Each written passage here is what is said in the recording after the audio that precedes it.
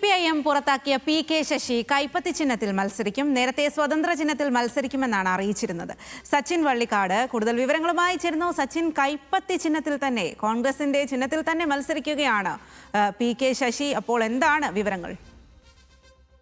Swathi, CPM പുറത്താക്കിയ PK Sasi CPMന്റെ വിമത കൂട്ടായ്മയിൽ അംഗത്വം എടുത്തിരുന്നു. അതിന്റെ ചെയർമാൻ കൂടിയായിരുന്നു. അത്തരത്തിൽ സ്വതന്ത്ര ചിഹ്നത്തിലാണ് UDF സ്വതന്ത്രനായാണ് മത്സരിക്കുക എന്ന നിലപാടാണ് ഇപ്പോൾ മാറ്റിയിരിക്കുന്നത്. കാരണം കോൺഗ്രസിന്റെ ഔദ്യോഗിക ചിഹ്നമായ കൈപ്പത്തിയിൽ തന്നെയാണ് PK ശശി മത്സരിക്കുക.